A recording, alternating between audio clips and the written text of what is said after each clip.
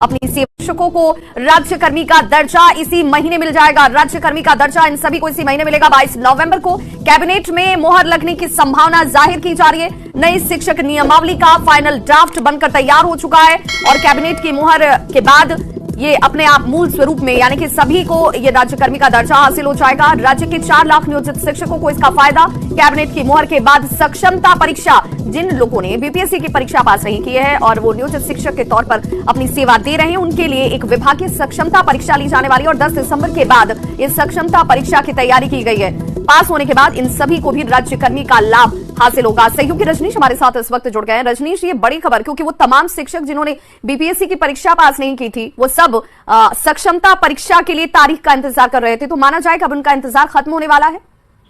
विभाग के सीएम नीतीश कुमार की घोषणा के बाद मैं शिक्षकों की उम्मीदें बढ़ गई थी और अब इंतजार भी खत्म होने वाला है, क्योंकि छठ खत्म होते ही राज्य सरकार की तैयारी है कि जो नई शिक्षक नियमावली है 2023 उस पर हम 22 नवंबर को मोहर लगा दें। तो 22 नवंबर को बिहार में कैबिनेट की बैठक है और कैबिनेट की बैठक में पूरी अब संभावना बन गई है, जो सूत्र बता रहे हैं शिक्षा विभाग से, कि 22 नवंबर को कैबिनेट में नई शिक्षक नियमावली पर मोहर लग जाएगी और उसके बाद जो राज्य के 4 लाख नियोजित टीचर हैं इन्हें राज्यकर्मी का दर्जा दिया जाएगा। नोटिफिकेशन जारी होते ही वैसे शिक्षक सीधे दर्जा पा सकेंगे जो बीपीएससी पास कर गए हैं और बीपीएससी कैडर से ज्वाइन नहीं करेंगे और नियोजित के रूप में ही फिलहाल अपने स्कूल में रहेंगे, उन्हें तो सीधा दर्जा मिल जाएगा।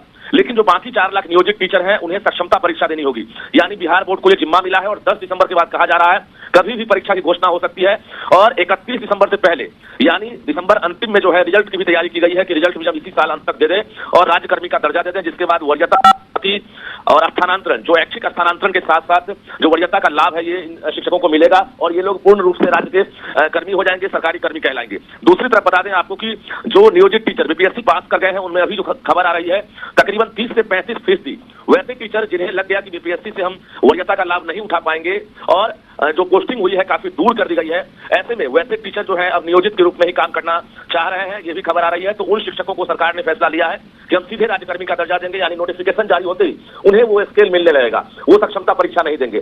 तो राज्य के जो 4 लाख नियोजित टीचर है इन्हें मामूली परीक्षा, जो नीतीश कुमार ने कहा है कि मामूली परीक्षा लेंगे, तो ये भी खबर आ रही है कि जो क्वेश्चन का लेवल होगा काफी आसान होगा और जो भी नियोजित टीचर पढ़ा रहे हैं अपने पैटर्न के मुताबिक परीक्षा देंगे और निश्चित रूप से पास करने की सरकार की भी तैयारी है। चलिए, बहुत बहुत शुक्रिया रजनीश से तमाम जानकारी के लिए।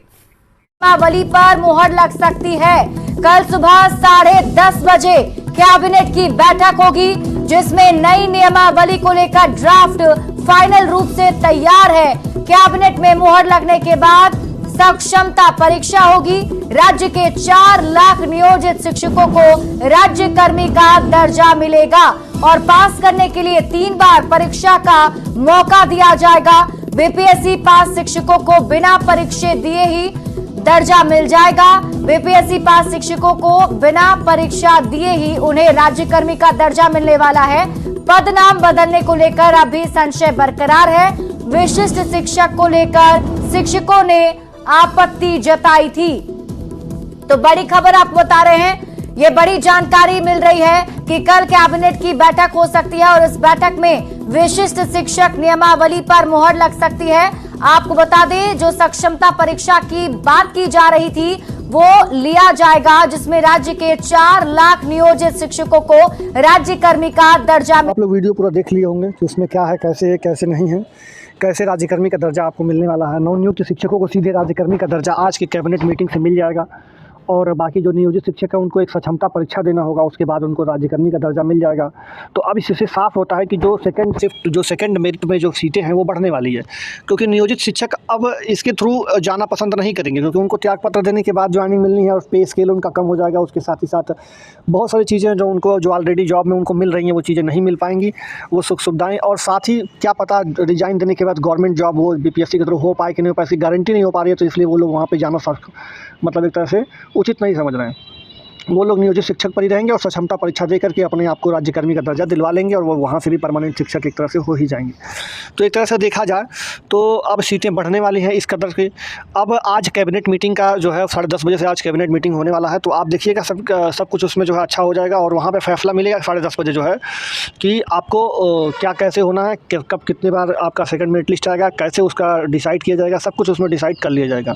तो ये देखिए, आप देख सकते हैं ये जो नोटिस आपको दिख रही है, ये बिहार में मिशन दक्ष चल रहा है, जिसमें 1 दिसंबर से आपको जो है सभी को साक्षर करने का एक अभियान है इसमें, और 1 दिसंबर 2023 से इसमें लगातार इसमें जो है कार्रवाई की जाएगी, मतलब सबको शिक्षा मिले ऐसा अभियान चलाया जाएगा, और इसके थ्रू जो है टीचरों की बहाली की जा रही है, और इसी के थ्रू जो है आगे आपको सब कुछ मिलने वाला है, जिसमें आप देख सकते हैं। तो इसमें आपको सीधे मैं इसका सेकंड पेज आपको दिखाता हूँ। तो देखिए ये सेकंड पेज है उसका, यहाँ पर आप 5वें नंबर कॉलम को सीधे पढ़ सकते हैं कि बिहार लोक सेवा आयोग से नवनियुक्त अध्यापकों को शिक्षा विभाग की काफ़ी आशाएं हैं, नियोजित शिक्षक भी अब शीघ्र ही राज्यकर्मी का दर्जा राज्यकर्मी होने जा रहे हैं। यानी आज के जो बैठक है उसके बाद आपको ये क्लियर कर दिया जाएगा कि परीक्षा कब होगी, कौन लेगा और कैसे लेगा, और उसके साथ ही साथ आपको जो है ये राज्यकर्मी का दर्जा इन्हें कैसे मिलेगा जो नियोजित शिक्षक हैं। और बाकी नवनियुक्त शिक्षक को तो ऑलरेडी वो आज बिना परीक्षा के ही कोई उनको राज्यकर्मी का दर्जा मिल जाएगा। तो ये सारी चीज़ें थी, तो ये सब कुछ आपको आज क्लियर हो जाएगा।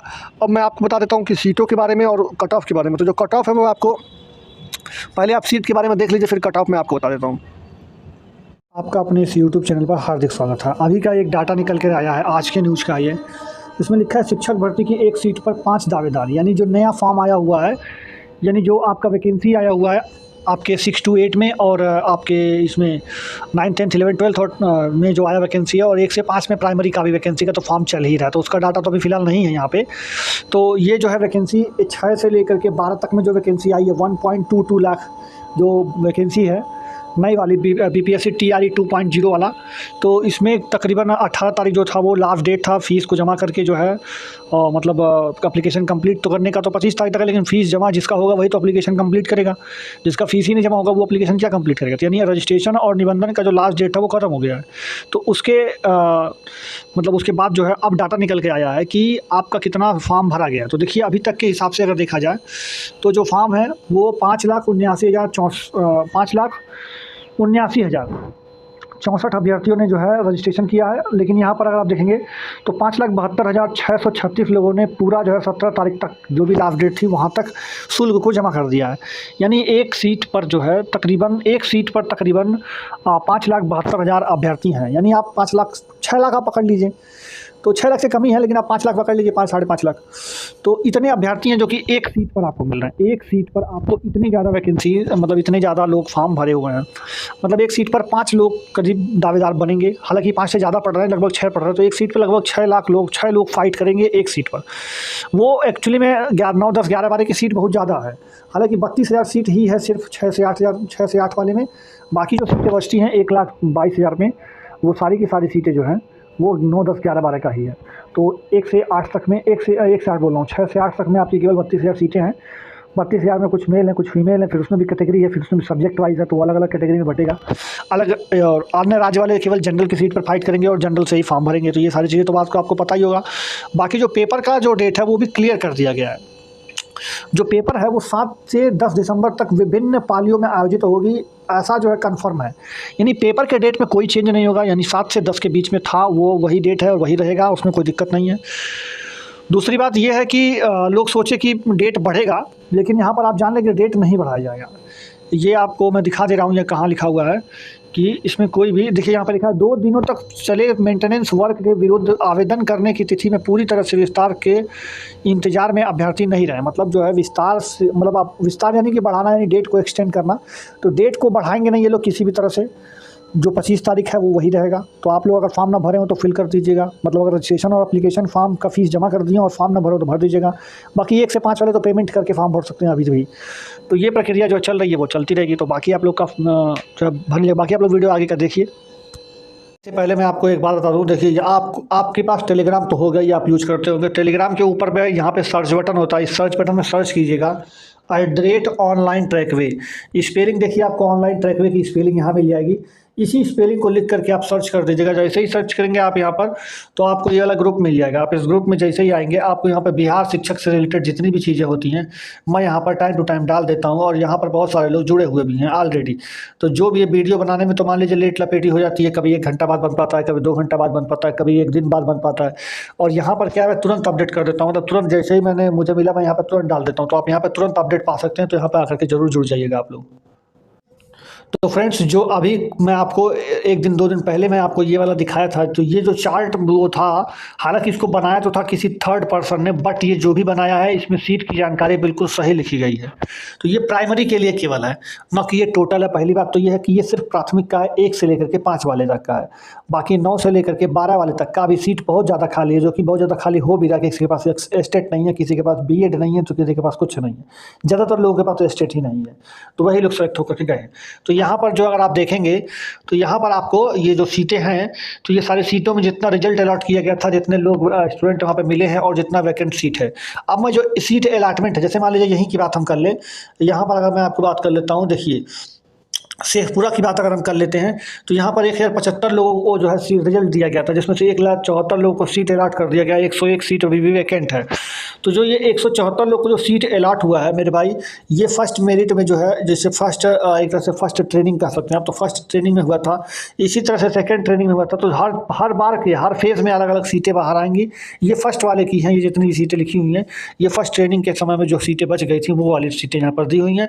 टोटल अलग अलग डिस्ट्रिक्ट का यहाँ पे आप देख सकते हैं, अलग अलग डिस्ट्रिक्ट का अलग अलग दिया हुआ है। कितना सीट बचा हुआ है वो यहाँ लिखा हुआ है। जैसे कि आप देख सकते हैं दरभंगा में 464 सीटें अभी बची हुई हैं। तो ये से करते करते अगर आप देखेंगे तो कुल मिला के 4649 सीटें अभी तक प्राइमरी में सिर्फ 1 से लेकर 5 में अभी तक बची हुई हैं। इतना फर्स्ट में बचा हुआ है। अभी सेकंड वाला जो चल रहा है, इसमें भी जो है जिनके पास डॉक्यूमेंट्स वगैरह नहीं होगा, ये भी बाहर होंगे। तो कम से कम सेकंड वाले से भी 5-7 हज़ार तो बाहर आ ही जाएंगे। तो 5-7 हज़ार यानी 12,000 करीब, तकरीबन 12 से 13,000 सीट जो वो सिर्फ और सिर्फ प्राइमरी की होने वाली है। 12 से 13,000 जो सीट है वो सिर्फ और सिर्फ प्राइमरी की होने वाली है। अब इसके बाद 9, 10, 11, 12 में तो ये स्टेट वाले बहुत ज़्यादा है, कसम से बता रहे हैं। मतलब ये स्टेट वाले इतने ज़्यादा बच्चे हैं जो कि फर्जी तौर से आए हुए हैं, तो उनका भी रिजल्ट जो है वो रुकेगा ही रुकेगा। तो उनमें भी सीट खाली होगी। तो मतलब आप यहाँ पर अगर आप 12,000 मान रहे हैं, तो 12,000 कम से कम 9, 10, 11, 12 में तो आराम से आएगा सीट। तो इतना सीट जो ये बचेगा, ये 12 प्लस 24,000 के करीब, ये 24-25 हज़ार की सीट जो आएगी, उसको आएगी सेकंड मेरिट लिस्ट। और ये जो सेकंड मेरिट लिस्ट आएगी वो 22 तारीख के बाद क्लियर हो जाएगा आपको कि कब, कितने बजे, कहाँ आपको देने वाले हैं, और क्या होने वाला है, कितना नंबर कट ऑफ डाउन होने वाला है और क्या नहीं होने वाला है। तो ये सारी चीज़ों पे कल मतलब पता चल जाएगा सब कुछ आपको।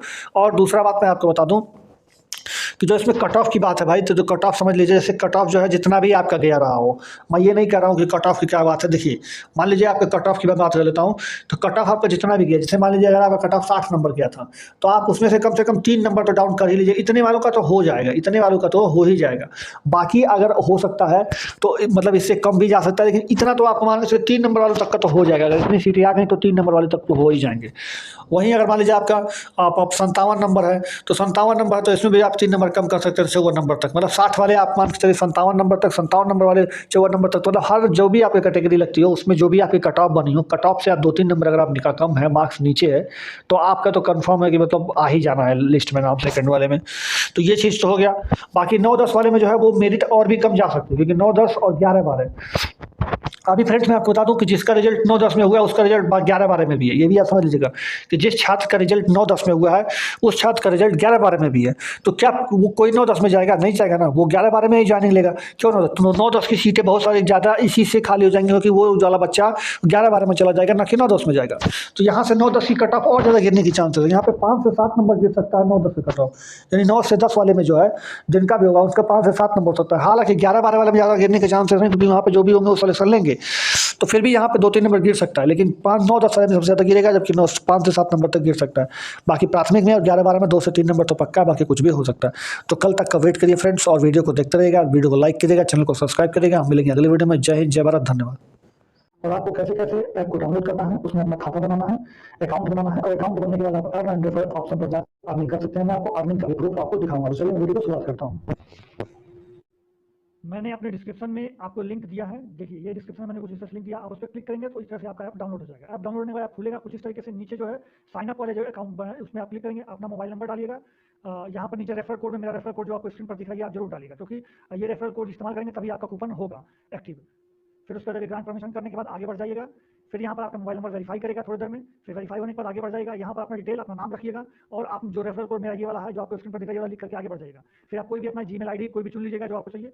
फिर यहाँ से यस करके आगे बढ़ा दीजिएगा। यहाँ पर क्लिक करके यस कर लीजिएगा, फिर आगे बढ़ाइएगा। फिर आपको ऊपर अपना पैन कार्ड नंबर लिखना है, फिर उसके बाद अपना नाम लिखना है, फिर आगे आपको सबमिट कर देना है। आपका नाम आ रहा होगा, आप उसको देख लीजिएगा, सही होगा तो आप यस करके सबमिट करके आगे बढ़ जाइएगा। तो आप जो है जब इस पे ऐसे सबमिट करके आगे बढ़ेंगे तो आपको कुछ इस तरीके से खुल जाएगा। आप यहाँ पर नीचे क्लिक करके आगे बढ़ जाइएगा। फिर यहाँ पर अपना आधार कार्ड नंबर डालना है आपको। आधार कार्ड नंबर डालने के बाद यहाँ पे आपको ये करना है। उसके बाद आपको यहाँ पे जो है आगे बढ़ जाना है। फिर आपके आधार कार्ड नंबर पर जो है जो रजिस्टर्ड मोबाइल नंबर होगा वहाँ पर एक ओटीपी जाएगा। उस ओटीपी को आपको यहाँ पर फिल कर लेना है। जैसे देखिए ओटीपी आ गया और इस ओटीपी को हम लोग फिल कर दिए। ओटीपी फिल करने के बाद आपको यहाँ पर 6 डिजिट जो है यहाँ पर डिजी लॉकर का आपका पासवर्ड कर लेना है, डाल देना है। और नहीं पता हो तो फॉरगेट पासवर्ड कर लेना है। फिर यहाँ से आपको अलाउ करके आगे बढ़ जाना है। फिर यहाँ पे आपको डिजी लॉकर का आएगा। फिर ये आपको अप्रूव हो गया। फिर आप यहाँ पे अपना अकाउंट मतलब बैंक का अकाउंट भी आपको लिंक करना पड़ता है।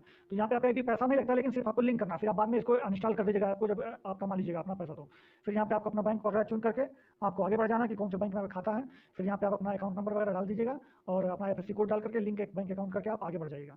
फिर वहाँ से बाद आपको अपनी एक सेल्फी यानी आपको अपना एक फोटो खींचना है, सेल्फी कुछ इस तरीके से। फिर आप सेल्फी क्लिक करके आप उसको सिग्नेचर करने के लिए आएगा। यहाँ पे सिग्नेचर करने के लिए आप कुछ भी जैसे स्क्रीन पर यहाँ पर ऐसे लिख दीजिएगा। तो वो स्क्रीन पर आप लिख करके अपना सिग्नेचर इस तरह से आप अपलोड भी कर सकते हैं और स्क्रीन पर वहीं पर लिख भी सकते हैं। तो या फिर आप अपने जहाँ भी आपका सिग्नेचर होगा वहाँ पर ले करके अपना अपलोड कर दीजिएगा या फिर आप वहीं पर तुरंत सिग्नेचर करके आगे बढ़ जाइएगा।